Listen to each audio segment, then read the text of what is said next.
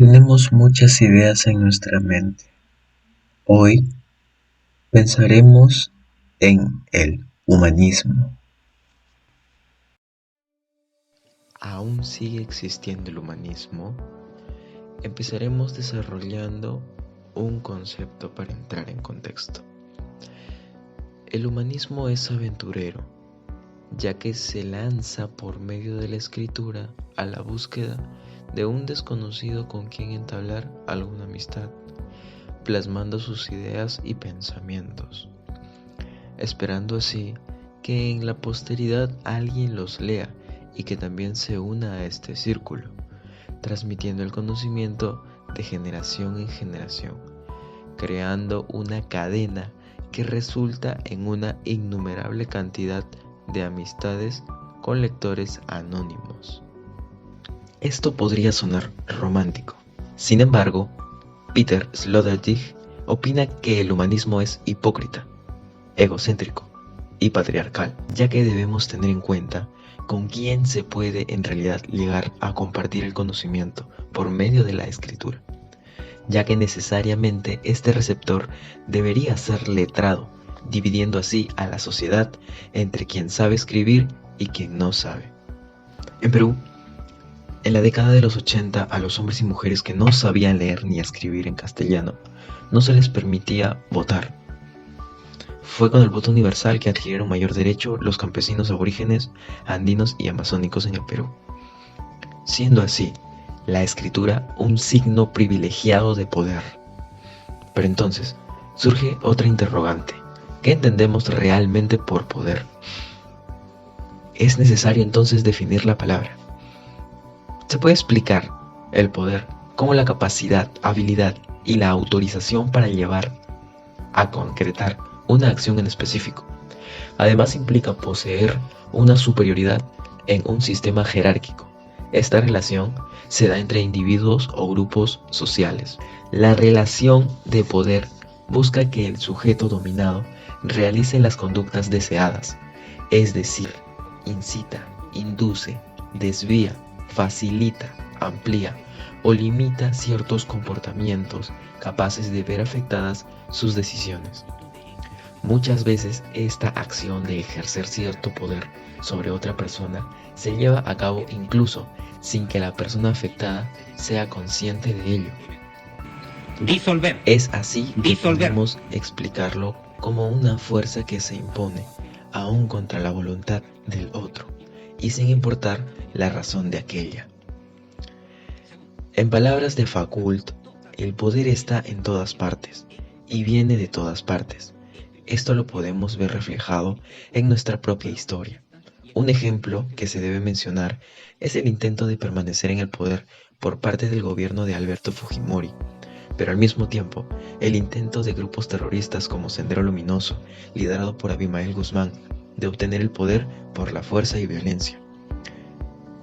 Además, el humanismo está del lado de quienes tienen el poder o quien tiene el dominio, favoreciendo al sistema que tenga el poder en el momento. Esto lo podemos ver también en nuestra historia. Como en el pasado indiscriminado. Nosotros tenemos que capturar delincuentes terroristas sin causar ningún daño a la población inocente. Prensa, compadre. Como presidente de la República.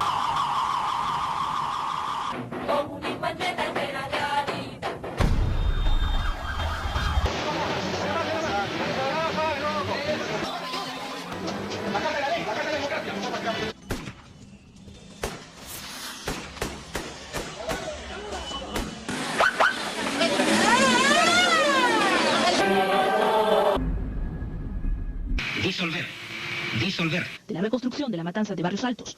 Un punto de quiebre. Reorganizar totalmente el Poder Judicial.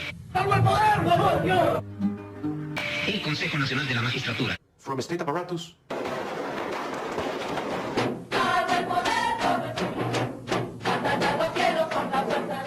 El rumor de los tanques y los fusiles invadió Lima y una estructura mafiosa todavía incipiente. Presidente reelecto. Ingeniero Alberto Fujimori. Temporalmente el Congreso de la República. seguir. Tuve la oportunidad de salir a las calles. El Partido Comunista del Perú, tirándose por el marxismo-leninismo, maoísmo, pensamiento avanzado. Efectivos de la Policía Nacional quienes... No habrá segunda vuelta.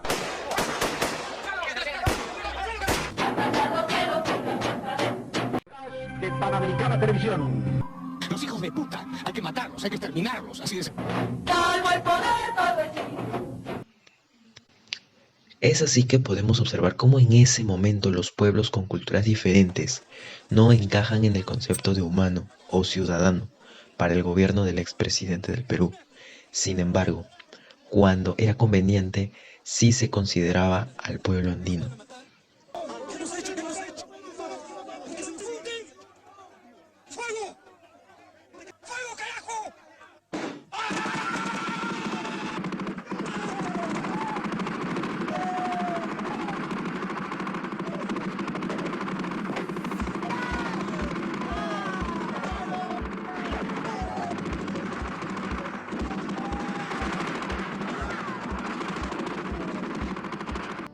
Por esta razón, Michel Foucault critica al humanismo, ya que cuando se utiliza la palabra hombre, que proviene del latín homo, igual, de esta forma se está homogeneizando, borrando las diferencias y distinciones. Asimismo, esta idea de humanismo deja en el vacío a diferentes culturas, en las que el concepto de hombre no está presente en el lenguaje que utilizan en sus diálogos.